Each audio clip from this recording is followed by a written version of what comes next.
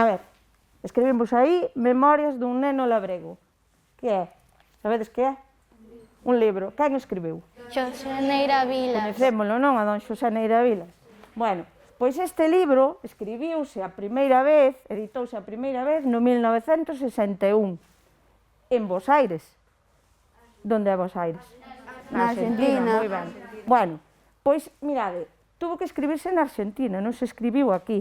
E sabedes, estaba escrito en galego. Escribiu no don Xosé para os nenos labregos que falaban en galego. Vale? Escribiría para vos tamén? Sí. Seguramente que sí. Bueno, apetece-vos que leamos un cachiño logo? Por veña. A ver, que lee? Vale, por veña, empeza.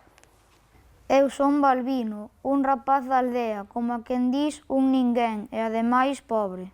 Porque da aldea tamén é Manolito, e non hai quen lle tusa, a pesar do que lle aconteceu por causa miña. No brao ando descalzo, o pó quente dos camiños fai malancar, magóame as areas e nunca falta algunha brocha para espetárseme nos pés. Érgome con noite pecha, ás 2 ou 3 da mañán, para ir cogando, restrebar ou xuntar monllos. Cando amañece xa me doi o lombo e as pernas, pero o día comeza, sede, sol, muxardos.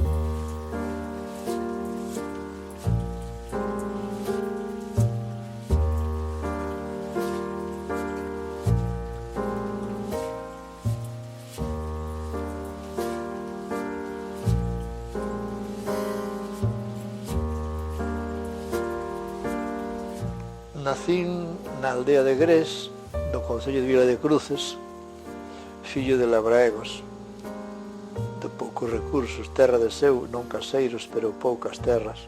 Son o maior de 7 irmáns. E desde pequeno, desde que fun á escola, a escoliña que hoxe chamamos unitaria, a escola que tiñamos por aquí, pois sempre me gustou. Cando descubro a escritura, pareceme unha maravilla. Para min era un milagre o que era o sonido da fala convertilo en signos. Para mí era todo un descubrimento, de que cando iba coas vacas ao monte por aí facía letreiros coa guillada ou con a navalla nas zonas dos olmos.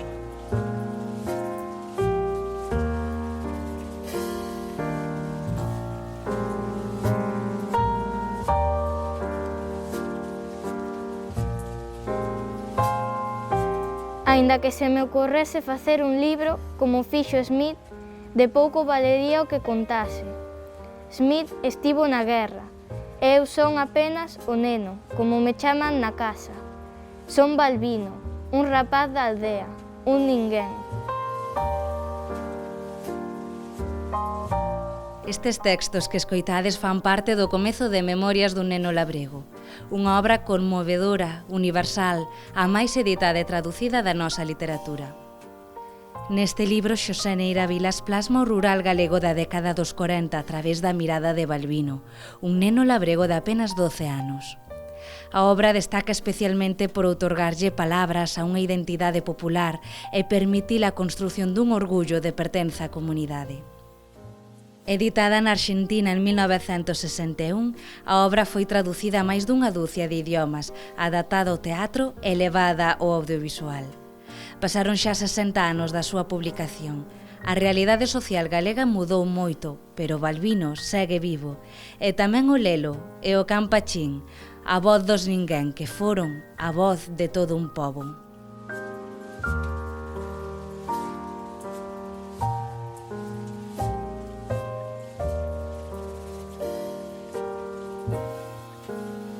Unha obra clásica de referencia que está chamada a estar en todos os fogares galegos, como está Rosalía de Castro, como está Castelao, etc. Entón, nese sentido, si, máis que un bestseller, é un long seller. É unha obra que se vai seguir vendendo anualmente porque tamén ten esa carga simbólica, porque todo o mundo quere ter o seu exemplar das Memorias dun neno labrego.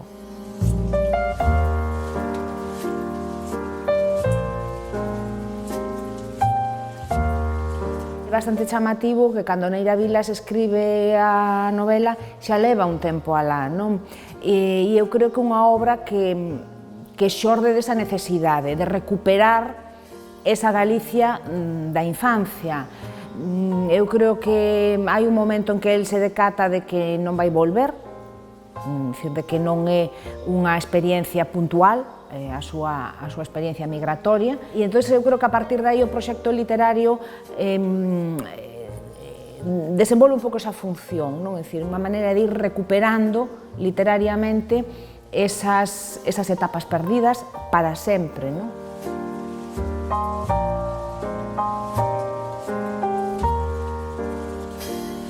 Descubro Galicia en Buenos Aires e descubro Galicia en contacto con grandes figuras do galeguismo, dos exiliados.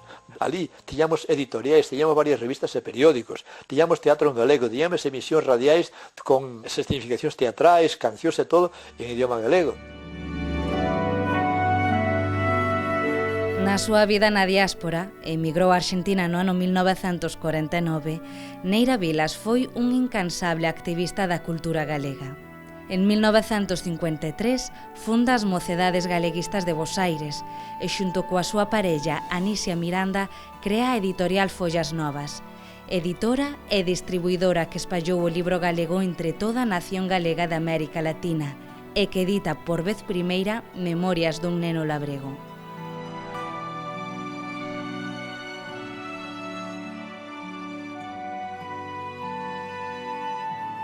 Por vicisitudes históricas e biográficas do autor, a novela termina publicándose lonxe de nós, logo chega a unha editorial absolutamente referencial como foi Do Castro, non? Que colleu aí encendeu ese facho de conexión co exterior e finalmente, bueno, baixo a dirección de Víctor Freixanes tense unha conversa con Neira Vilas e ele entende que hai que abrir unha colección Neira Vilas onde vai a estar inserida estas Memorias dun neno labrego e toda a súa obra que veu despois, moita obra que recuperamos e incluso 2 textos inéditos que xa foron publicados. Nós temos 2000 títulos vivos no catálogo, que é unha barbaridade de títulos, pero o fondo histórico de Galaxia é moitísimo máis. Pero hai un grupo de autores e de autoras que teñen a súa propia biblioteca. É unha maneira que temos os editores de recoñecer a singularidade e a importancia e a trascendencia, non? Cando abres unha biblioteca de alguén, estás recoñecendo a súa condición de clásico.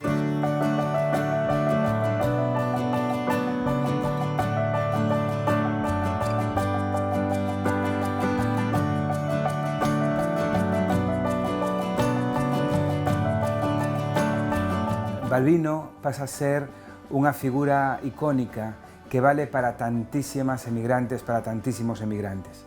É dicir, ese eu son Balbino, un rapaz de aldea, bueno, pois América estaba chea de balbinos e de balbinas, de xente que saliu da aldea, que un día o soltaron nunha lagoa xigante que era o mar, moitos a primeira vez que viron o mar foi para subir nun barco que os ia afastar ás veces para o resto das súas vidas de Galicia, e, polo tanto, Balbino e as historias que vive Balbino, o mundo que recrea Balbino, é o equivalente, eu creo, á sensación que Amancio Prada me contaba unha vez que sentían na migración aqueles velliños e aquelas velliñas cando lles cantaba Adiós ríos, adiós fontes.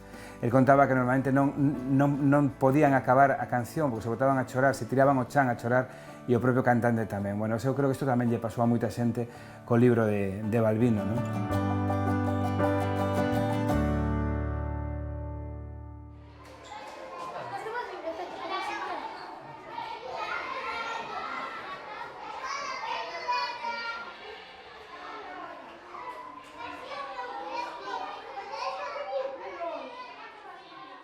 Debe ser boa cousa chegar a grande. Os grandes son donos de si e do mundo.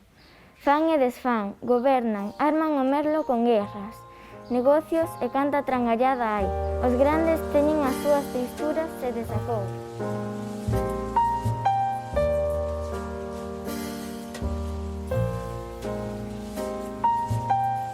Para contar esta historia eu necesito dúas cousas: memoria e terra, porque sempre se dixo, e é verdade, que todos somos algo, balbinos. Bueno, xa seguramente fillos máis ben de algún balbino, ou netos de algún balbino, bisnetos de algún balbino, tataranetos de algún balbino, eu que sei. herdeiros, en todo caso, dunha memoria xenética que nos une íntimamente a isto, a terra.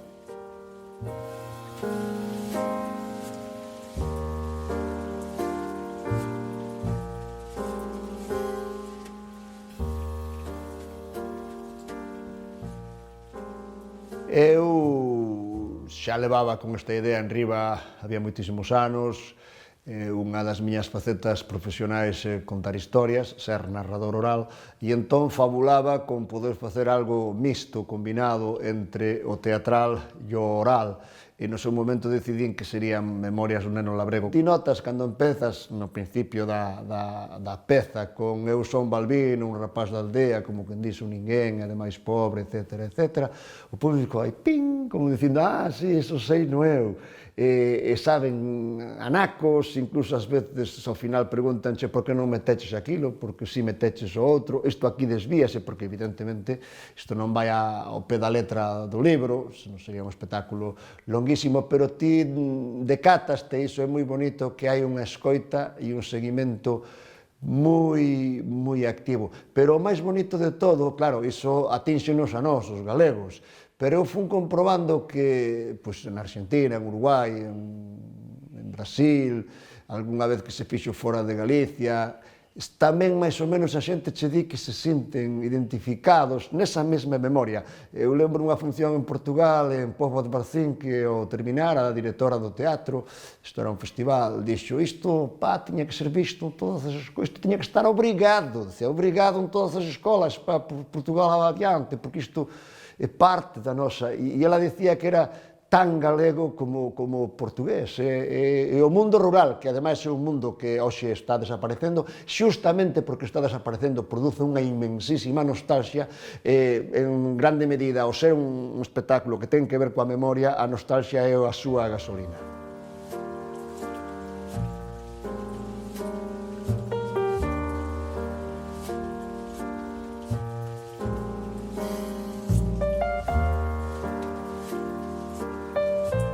Buenos Aires, ao terminar a función, un dos técnicos do teatro entrou no camarín entusiasmado, dicía, trangalladas, trangalladas é un termo que se utiliza na peza cando Balbino soña, na noite soña que está abrindo a caixiña, quen coñeza o libro xa sabe que hai unha caixiña que topa nun rebusque Balbino e que non a pode abrir, non sabe o que haber adentro, pensa que podería haber un tesouro, entón, na noite soña que dentro desa caixiña hai un caixe de moedas de ouro, compra un avión, vai a América, en fin, un soño. E soña en alto, e entón entra o pai e dille, que falas, neno, dun avión, falas de moedas, falas de pan de millo, de pan de trigo, que estabas a soñar? E o neno dille, trangalladas. E o home entrou, trangalladas, esa era unha palabra que dicía mi viejita, mi abuelita, la gallega, que hace yo que sé el tiempo que vino de Galicia, ya se murió, y yo me había olvidado de la palabra, fue oír la voz, y se me vinieron a la memoria las palabras de la viejita, sus expresiones, las comidas que hacía, las cosas que contaba, ese acento que tenía, trangalladas, se caían as lágrimas, trangalladas. E lembro que falando sobre o tema, eu e Pepe bautizamos aquilo como efecto trangalladas, que ven a ser como que todos temos unha chave que abre o queixón, ou se somos tradicionais, o baúl dos recordos. Non sabemos onde está esa chave moitas veces. De repente, no lugar que menos esperabas, pumba, está esa chave que che abre ese inmenso cofre e aí saen as túas lembranzas, as túas emocións atesouradas. E no caso deste home, mira, era esa palabra, trangalladas.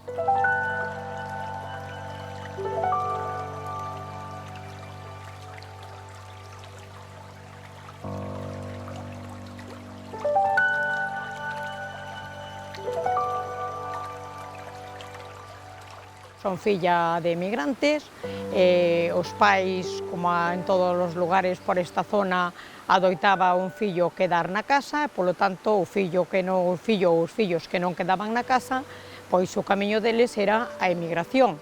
A emigración, pois, por motivos evidentemente económicos. Como moitos emigrantes tamén desta zona, os nenos nun principio quedamos cos avós. Porque aquí se adoitaba chamar os padriños e a madriña. Eu fun unha desas nenas que quedou cos avós sendo moi pequeniña.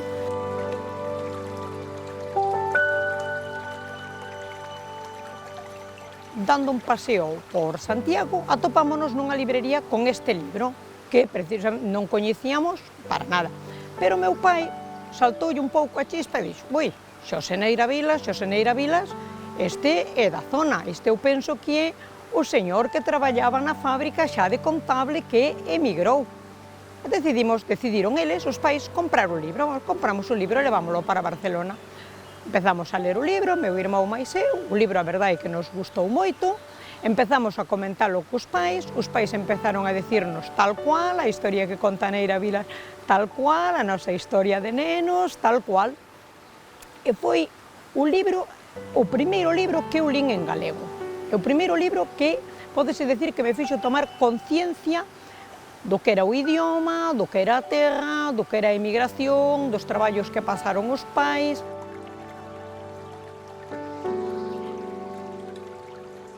Eu quería contar simplemente, sinxelamente, neste caso en primeira persoa, a vida dun rapaz galego como eu fora, un rapaz de 12 ou 13 anos.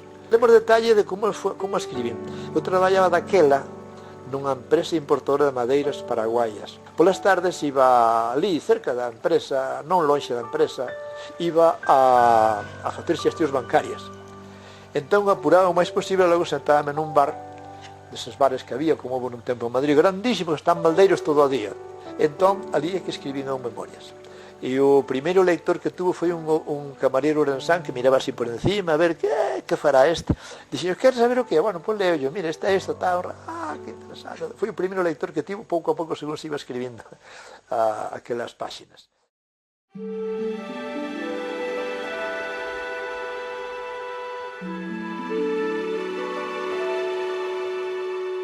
En 1992, Xosé retorna a Gres xunto con Anisia Miranda, e o ano seguinte constitúese a Fundación Xosé Neira Vilas co obxectivo de promover e divulgar a cultura galega. A Fundación ten a súa sede na Casa do Romano, a casa onde el naceu. Esta chamase a Casa do Romano, é unha casa que compraron os pais de Pepe Neira Vilas, é unha casa moi humilde, como podedes comprobar, unha casa de labregos, que consistía únicamente en 3 estancias, que son a cociña a man esquerda, aquí arriba onde estamos era o cuarto, así se chamaba o cuarto, onde dormía a familia ao completo, e a parte de abaixo, onde hoxe está a biblioteca dedicada aos nenos e ás nenas, era a corte dos animais. Iso era todo. Esta era a casa que mercaron no seu día os pais de Pepe Neira Vilas, logo construíron outra maior nesta mesma aldea. Esta casa quedou pechada, mesmo abandonada durante moitos anos, ata que cando Neira Vilas decidiu retornar a Galicia, pois restaurou e se convertiu no que hoxe é a Fundación, e fundamentalmente biblioteca e museo.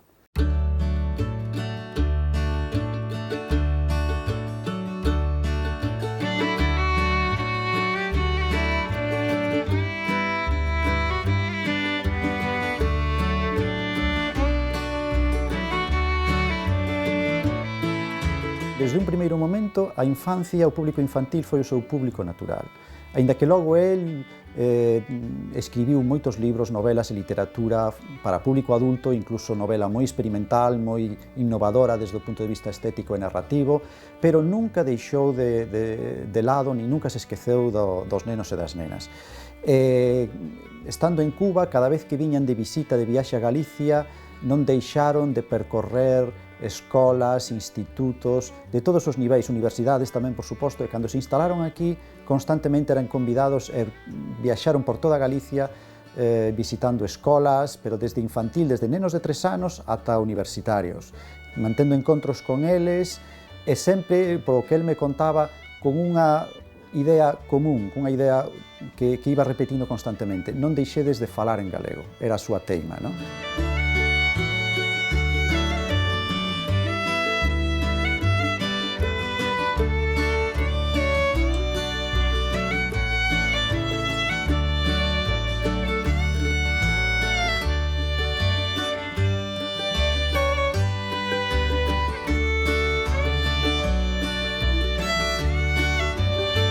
Don Xosé Neira Vilas foi un referente na nosa escola e deixou unha fonda pegada do seu paso polo centro, porque visitounos en bastantes ocasións. A relación co alumnado era moi especial. El viña e nunca se ceñía un discurso que trouxera preparado. Eu teño a imaxen del sentado na tarima do noso salón de actos e conversando cos rapaces como se fose, bueno, pois un avó cos seus netos. E, bueno, como estuvo tan a carón de nós durante tantos anos, pensamos que era importante que a nosa biblioteca levara o seu nome, xa a nivel emotivo por un lado, pero logo a nivel lóxicamente literario, porque para nós é unha figura relevante dentro da literatura galega.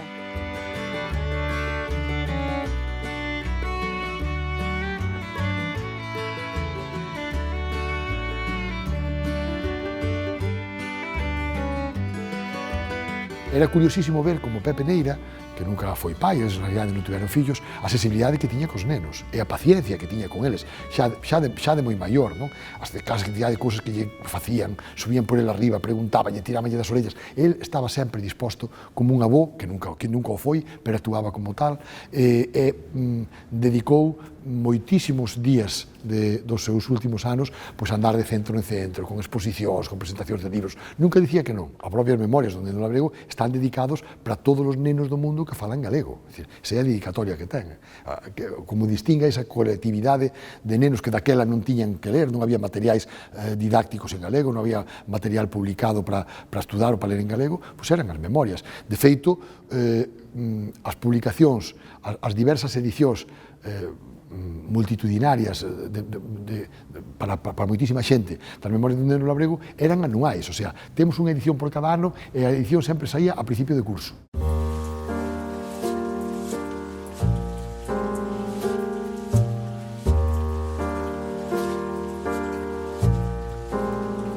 Neira Vilas é o escritor do rural galego por antonomasia. Eu sempre digo que ata a chegada de Neira Vilas á literatura galega, evidentemente houve moi escritores, escritoras, de Rosalía de Castro, a Otero Pedrallo, a Álvaro das Casas, que describiron moi ben o rural galego. Pero eles non eran parte do rural galego, eles eran señoritos de pazo, ou eran membros da burguesía ou da fidalguía, evidentemente, por iso eran escritores, porque tiñan a formación. A formación non era para os labregos, non era para as clases subalternas, que diría Gramsci, non?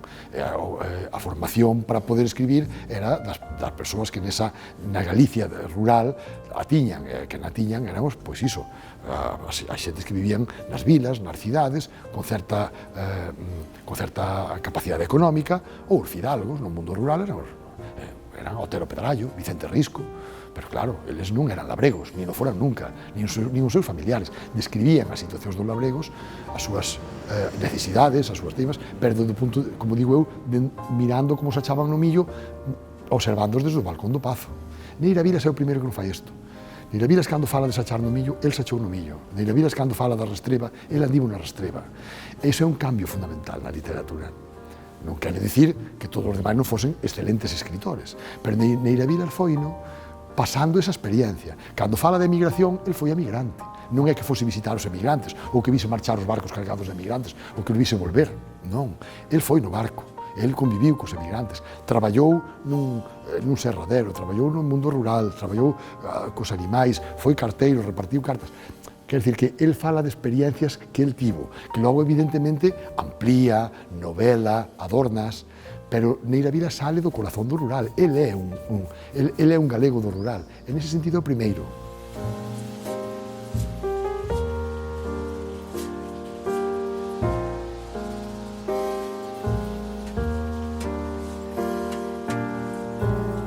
Vexo o mundo de arredor de min e doezo por entendelo.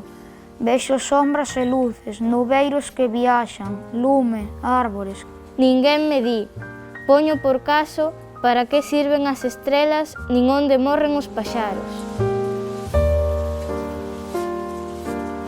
Xosé Neira Vilas foi un autor xenial, creador dunha prosa sinxela e cautivadora, fermosa e real. No imaginario colectivo do noso pobo xa ficaron gravadas para sempre as primeiras palabras de Memorias dun neno labrego. Eu son Balbino, un rapaz da aldea, como a quen di un ninguén, e ademais pobre.